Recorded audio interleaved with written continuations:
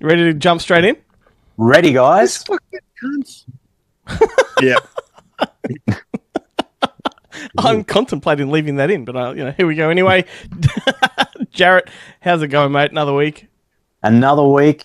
Good week it's been, gentlemen. Like, there's so much coming out this week that I'm barely going to be able to do a focus film, but I will do a minor focus. Have you on made a sure film. it's not next week stuff?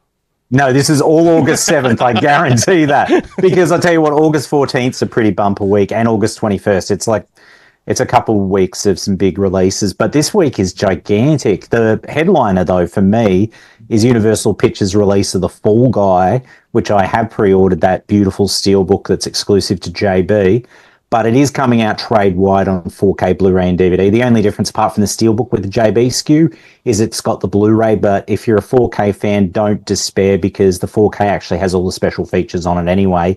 And the trade-wide one is going to have the 2 discs in terms of theatrical on one disc and director's cut on the second disc, and or extended cut, whatever they're calling it. It's 20 minutes extra. I know it was a long film, but I enjoyed every minute of it. So I'm there for another 20 minutes of it, as long as it has that, ice cream joke in it that was in the trailer. But this actually looks like a proper collector's edition too. Universal have been putting this on the trim of a lot of their editions, and then generally having a trailer and a featurette or something. This thing's got an astonishing 12 featurettes, an audio commentary, a gag reel, and extended scenes, as well as the 2 cuts of the film. And on top of that, both the Blu-ray and 4K have Atmos on the theatrical and extended edition. So, yeah, if you're not 4K inclined, Blu-ray will do the job. But for me, this is going to be a reference quality 4K release, undoubtedly. Mm. I was going to say, I heard that if you buy the 4K, Emily Blunt comes around to your house and high-fives you. Oh, well, there you go.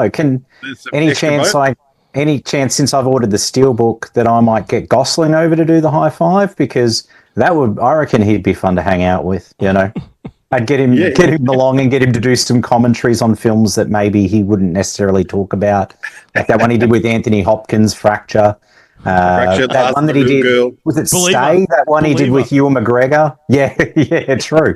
So anyway, The Slaughter Rule. Do you remember that one? The football movie that he did with David Morse. I do. Well, while he's doing that, we'll get him to do Young Hercules as well while he's here. May as well.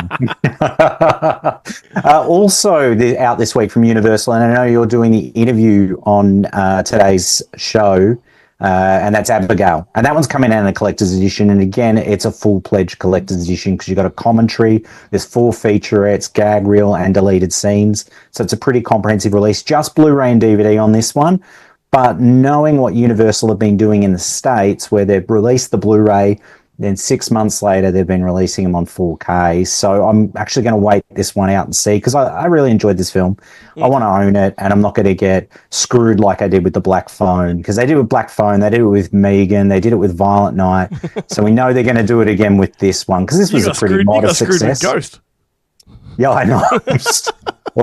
It makes me... But, actually, that I'm confident that Ghost will get a local release, and I'm confident that Paramount may actually include the Blu-ray with the 4K so we get all the special feature content, because Paramount this week are releasing Election, which I mentioned a couple of weeks ago, and this is the first time I've seen a Paramount title come out locally where they've included the Blu-ray, because the Blu-ray's got the special features. And so that means you're paying $35 for this release of Election. You're getting the 4K, the Blu-ray, all the special features, and that's significantly cheaper than importing it. Because if you want to get this from the States or the UK, you're looking at probably $60 or so. So I'm really on board with that. And I wasn't even going to mention that one just yet, but I flashed forward to it because I was so excited about it. I'll definitely be picking that one up, and I'm not waiting for one of those percentage off sales, because I just want to see this film. I think the last time I watched it actually might have been off the DVD, to be honest. And I have a feeling my DVD was non-anamorphic as well. So you know what? That movie, Election, needs one of those, when you get a birthday card and you open it and it talks to you or it sings? It needs a slipcase that when you take the DVD out or the Blu-ray out, it goes, fill me up. And you go, okay. I thought it was going to be Tracy Flick's annoying voice, but that's even better. Then coming out from Mad Men this week, we've got The Strangers Chapter 1. This one's coming out on Blu-ray and DVD. It's through Kismet, so Mad Men's doing the distribution for it. Oh, good. Glenn, since you've got it there, can you tell me on the rear if there's any special features on this thing? No, I don't believe so. Of course. Lionsgate have released it in the US and the UK, and in both territories they've done a 4K, so we'll be importing it because it does have an Atmos track. Also a different artwork to what I had seen promoted. That's totally different art from the art that's still live on the internet, because it was Pin-Up Girl's face on the art. Maybe there's two different versions? Baby doll, I don't know. Maybe, but I highly doubt it. They couldn't even be bothered doing. Can you have a look on the back and the specs? I bet there's not Atmos on that. It's just DTS HD 5.1 or something like that. You are correct. Yeah, lazy. So I'll definitely be importing the Lionsgate 4K release because it's got Atmos, it's got a commentary, it's got featurettes. I think it's even got deleted scenes. So yeah, I'm all on board for importing that one. That's my recommendation this week. But thank you to the distributors for kindly sending in a copy of it. At least he'll get to watch it, and then if he loves it, maybe he'll get the 4K. Also from Mad Men, we've got one that I don't know. I assume this one went to theaters because it's not like Liam Neeson's like doing DTV films quite yet. His films sort of get like a limited theatrical and then end up on streaming or home end. But it's called In the Land of Satan's Sinners. Yes, which is already on Prime, I think. Oh, there you go, because that seems to be the way. A lot of these films, like Retribution, and then there was another one. They're going to the streaming, about a month or so out from their home end release. Okay, so maybe I'll check it out. Look, I'm a bit of a sucker for a Liam Neeson film, so... But it's not just the Liam Neeson film. It's like an Irish film. It's like an actual... fantastic. Yeah. No, I'm all on board for that. That sounds infinitely better. Yeah, I'm very keen. Then the other release from Mad Men is a Paul Simon doco called In Restless Dreams. That one's getting a Blu-ray and DVD, so Betty, when you call me, you can call me Al. Then Paramount already mentioned elections coming out. Umbrella have some great releases this week too. They've got 2 Aussie films, both starring Matt Day, coming out on Blu-ray. Love and Other Catastrophes, and Dating the Enemy. I'm hoping I just emailed someone at Umbrella. With the goods. Yeah, I'm hoping someone at Umbrella. I've contacted them to ask if they could send me some samples because I did have the pleasure of editing 2 of the featurettes on these releases, as well as kind of audio mixing the commentary for the release as well. So yeah, excited. I mean, I did have to watch Love and Other Catastrophes a couple times as I was syncing the commentary and doing the audio work, but I'm excited to check out the other special features that'll be on that release. Apologies for the people that are just listening to the show and not watching the video, because we're just holding up covers and just of course, people to know what the fuck we're doing. More incentive for you to jump on the TikTok and watch those beautifully curated little videos. They're fantastic. Is it Fergus that does those? Yeah, Fergus. He does a terrific job, really does. I was watching them on TikTok and he really plucks the highlights, puts the supers up of the actual artwork and everything, and nails it. Gets the right art and everything. He's probably gonna pluck this moment. Yeah, exactly. There you go. Kudos to you, sir. Also from Umbrella, we've got Darling, which I might let Ben talk about because I'm pretty sure he produced this release. I did indeed, and I've got the special edition. Whoa, look at that. From the Umbrella web store, which came out. I'm really happy with how it turned out. And the version that comes with the slipcase that you can get at JB or Trade Wide. Yeah, that's nice. Look at that. It's absolutely fantastic. Look at the finish on it. Yeah. It's like a spot finish, and yeah, it's great. Yeah, the matte black, it's really great. It's Julie Christie and Dirk Bogarde that's in this one? That's correct, yes. Julie Christie, Dirk Bogarde, and Lawrence Harvey. And in the booklet, not that Lawrence Harvey. No, not Lawrence R. Harvey. Lawrence Harvey. But it does so. Along in this release, we've got a feature-length audio commentary by Nathaniel Thompson and Howard S. Berger. We've got there's a great video essay that Professor Melanie Williams in the UK did on Julie Christie and the 60s Zeitgeist, which is really great. Video essay, and another Kim Newman talks about Dirk Bogarde as the extra. But we've got this great in the booklet. There is a great essay that he says as he laughs. There's a great essay that this Guy Davis did. He's an Aussie. He's an Aussie film journalist, film writer, about Lawrence Harvey, and it just talks about how much of a complete this guy was, and a real piece of shit. Yeah, it's great. There's Jane Fonda has some real horrible things to say about him. Wow. And like everyone, like apparently he was he started off as a bit of a rent boy, and then he was just in it for the money. It was a real kind of like really horrible, hated acting, hated the whole thing of it, wasn't interested in it, gave his co-stars nothing when they acted opposite him. They may as well have been, facing a brick wall, all this stuff. And it's all in this essay, and it is hilarious. It's like the backstory for Alf with the dad from Alf. He hated everything about that show. Yeah. Hated acting against the Muppet. But he's loving life now, smoking crack. Yeah, that's right.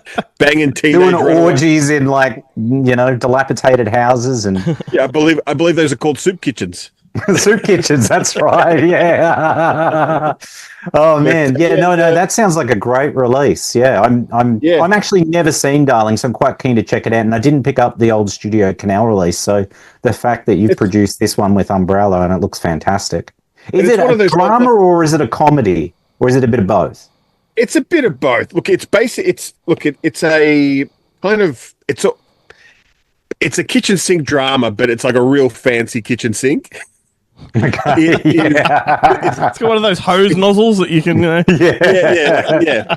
It's because it's essentially it's about this. It's Julie Christie plays this. She's a kind of a relatively unknown kind of poor girl who basically sleeps her way. She becomes a model and then sleeps her way to the top. Like she hooks up with Dirk Bogarde, who's married and has kids, and he's like a TV presenter. And then she goes from him to Lawrence Harvey, who's a ad man who makes her the kind of the next it girl and puts her into all these really high profile advertising campaigns. And then she goes from him, she goes to Italy and becomes huge as an actress over there, and then marries like a prince. And it's this whole song and dance, but then she kind of realizes when she gets to the top how empty it all is and how she kind of really misses, because basically Dirk Bogarde, gives up his wife and his kids and it becomes completely besotted with her, and she kind of realizes that, maybe he was the one, but she's kind of left it behind. But it's John Schlesinger. It's before Midnight Cowboy. Before Midnight Cowboy, it was his second film, I think, and it was her kind of first or her second kind of big big movie, and she was nominated for an Academy Award for this, and then she did, I think, Far From the Madding Crowd, and then went on to Dr. Zhivago kind of straight after, and it made her too, because prior to this she was kind of a nobody. She was just had bit parts in things. So kind of her and John Schlesinger's career kind of really took off together. Oh, because I didn't realize that's who had directed it. So I definitely need to pick this up. But I was going to say Julie Christie too, playing this kind of role early in her career, because obviously, a lot of people know her for Sound of Music or whatever, and that's kind of what they've attached to her and that. Julie Andrews. Oh, shit. Okay. Yeah, I'm completely off. Yeah. That's why I hate that movie so much. Of course.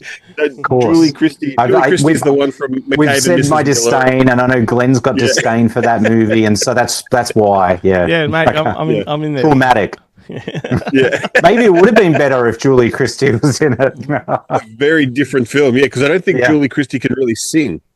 So it would have been an interesting one. Oh, maybe she can. She's never done it in a film, as far as I know. Right. Well, that makes a lot of sense. Now the filmography is making sense, because I was thinking Victor Victoria, SOB, and now, okay. I would have been like watching this movie going, God, she looks so different. What happened? Yeah, she's a lot more attractive in this, and she doesn't dance at all. It's the magic carpet. Julie Christie's the one who had the thing with Warren Beatty for years. That was and they made Heaven Can Wait together, and McCabe and Mrs. Miller.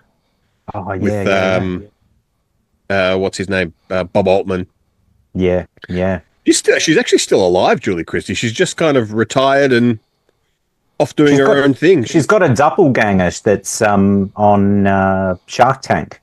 That old duck that's on there. I think Danny said to me one day, she was like, "Is that the bird from Sound of Music?" And I'm like, No, it's not. I've seen her on Fox News. It's not.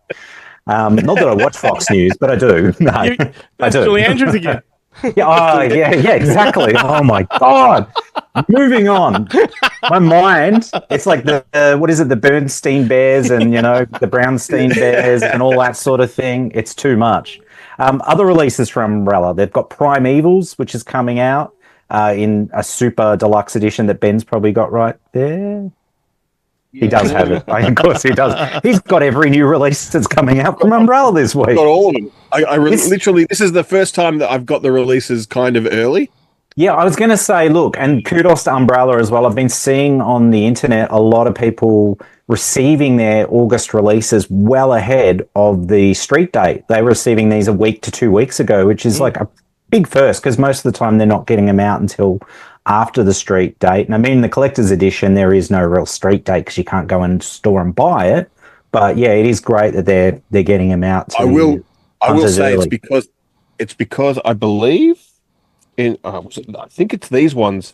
Inside Baseball here. Here you go. Inside Baseball. They switched printers now, so they've gone to a different manufacturer who's getting the stuff done, whose lead times are longer, but they're delivering earlier than their estimated arrival date. So Umbrella actually are able to get them out earlier. That's amazing. Yeah, good stuff. Well, I'm glad it's happened. And obviously, the proof is in the quality too, because that Darling release looks phenomenal. Sounds like I'm really, really happy with it. The other two releases that are coming out from Umbrella, I'll briefly mention 2 Korean films, JSA and The Quiet Family. Although The Quiet Family, I quite like the listing that's on the JB Hi-Fi site. I think they were thinking of A Quiet Place and they put A Quiet Family. Oh. So anyway, maybe it's the unofficial 4th chapter in the Quiet Place franchise. There it is. He literally has every single... Now, you've got all these releases. I wasn't even going to mention this one because it doesn't really warrant mentioning. But did they send you a copy of the Mel Gibson? Oh, no, they didn't. I thought you were going to say... They didn't send a copy of Hamlet? Blood and Honey too. Oh, of course, yes. Now I'm jealous. No, they did not send me a copy of Hamlet. They skimped on the cheap ones and only sent you the premium. It wasn't on the list. And the funny thing was with Hamlet, and this is once again Inside Baseball, they did ask, they're like, do you reckon it's worth putting out a special edition of this? And I was like, well, does anyone really give a shit about Shakespeare and stuff now? Like, the people who are going to buy this are going to need it for studying, want to watch it for the studying it for the film itself. They're not going to be collectors who want audio, video essays on all the Hamlet but films. And you're not going to get Mel Gibson to participate either because, it was a bit of a passion project for him at the time. Yeah. He championed it. I think it was the first or one of the first Icon movies that came out. Yeah, it was. Yeah, I think it was the first. Yeah. But also, if kids are looking to study that at school, it's a very much an abridged version. It's not actually... No, yeah. It's not when there's like Kenneth Branagh production of like Hamlet. Yeah. Yeah. And that was my argument. I was amazing. Like, you just look, just put this one out. Like, I don't think you need to spend the extra money on making a fancy pants edition with the rigid case stuff. Just put it out. And but if they do the Kenneth Branagh one, yes. Well, that one needs it. Yeah. Then you can have the extended edition, the theatrical one's better. No, the Branagh one's great. I really like. I saw the Branagh one theatrically, and they even had an intermission in the middle, and it was me and mainly 70-year-old dudes.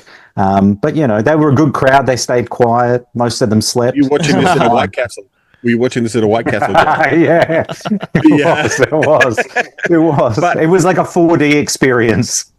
Yeah, but everything was coming at me. That decision, I spoke about that with James, who's like the I don't know what James's official position is at Umbrella, but he's like just under the owners kind of thing, and we're like, yeah, look, okay, that's what we'll do. And then when Jeff found out, he was like, this is ridiculous. Like, people have been demanding this film for me for years. We should have given it the special treatment. And James was very quick to throw me under the bus. It's our Ben said no one was going to give a shit. And then luckily the pre-orders reflected that. Yeah, proved my decision.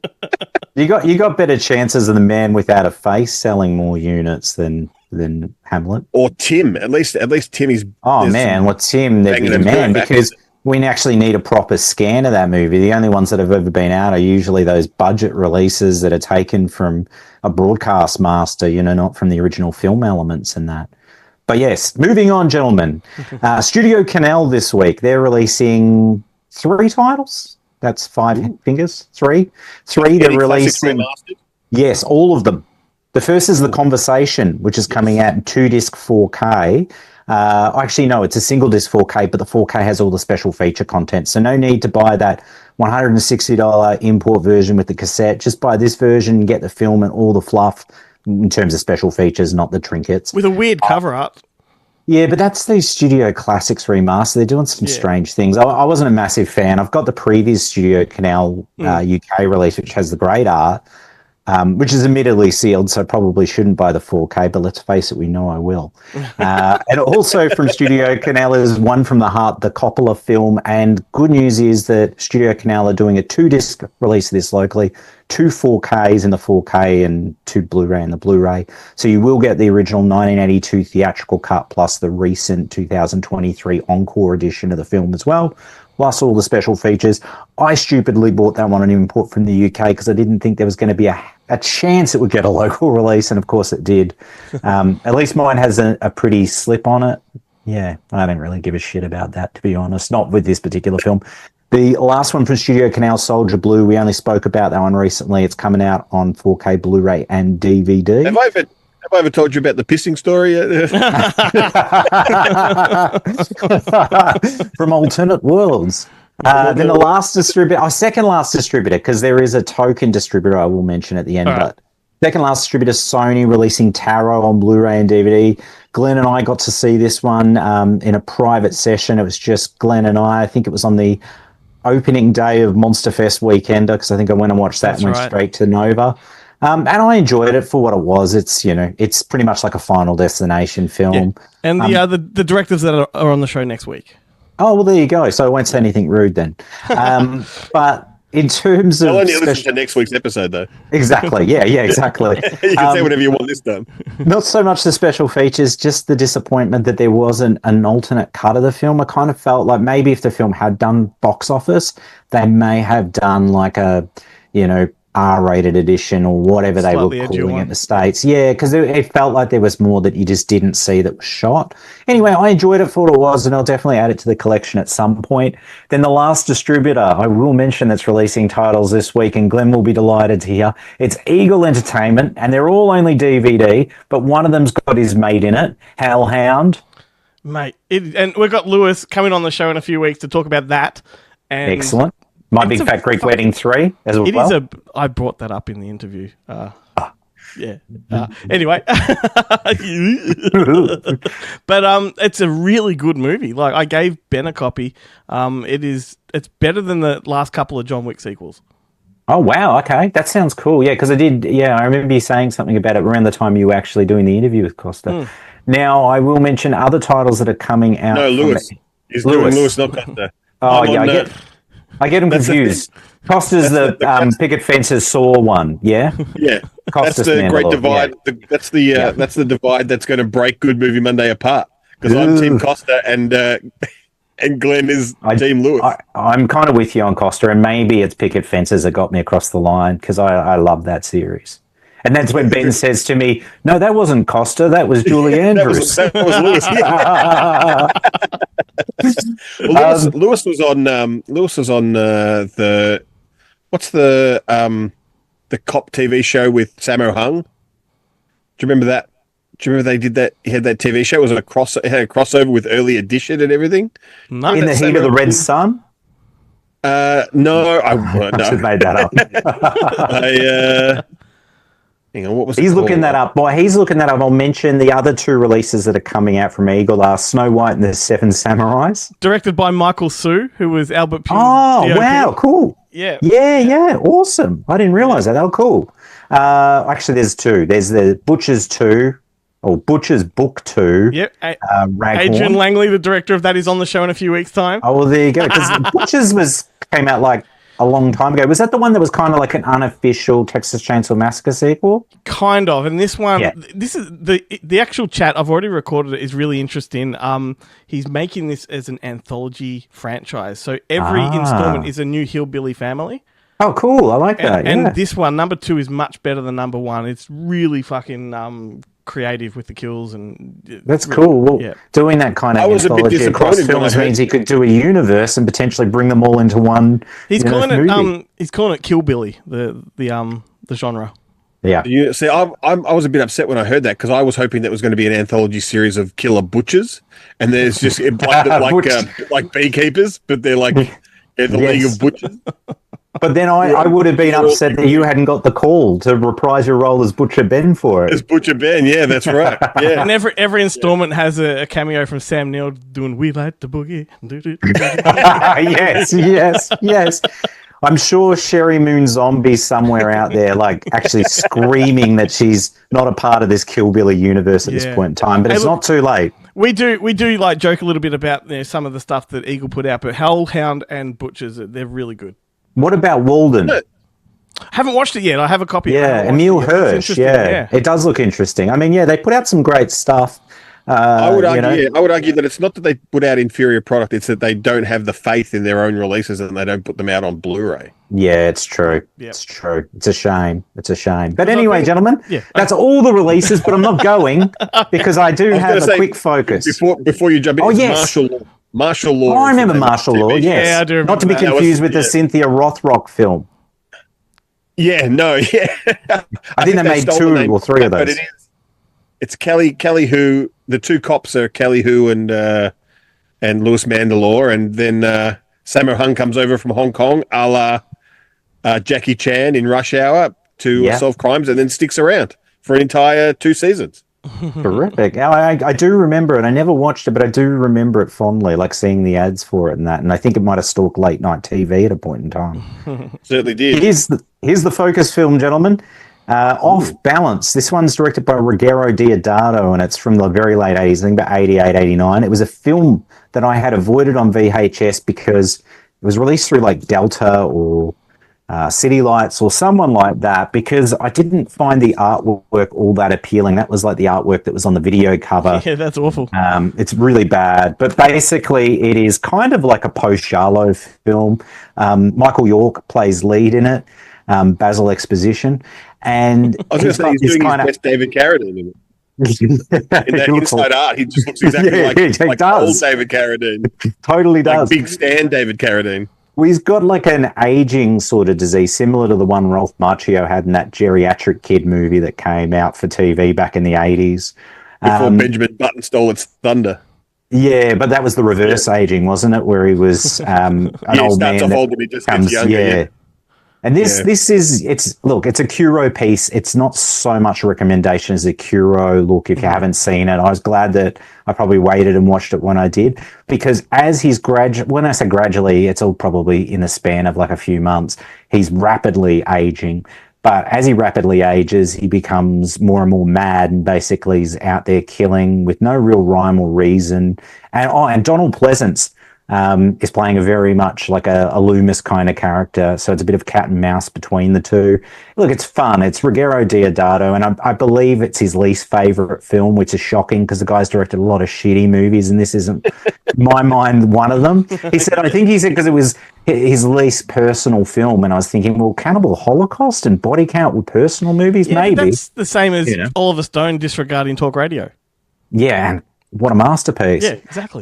Though he wasn't too shy to do a cameo in it. He does a Hitchcock-like cameo in the movie. And it's a fun movie to watch. And, it was like, I watched it and I was like, well, look, it's not a classic, but it's a keeper. I can see myself easily revisiting this within the next 3 years over a film that I actually loved.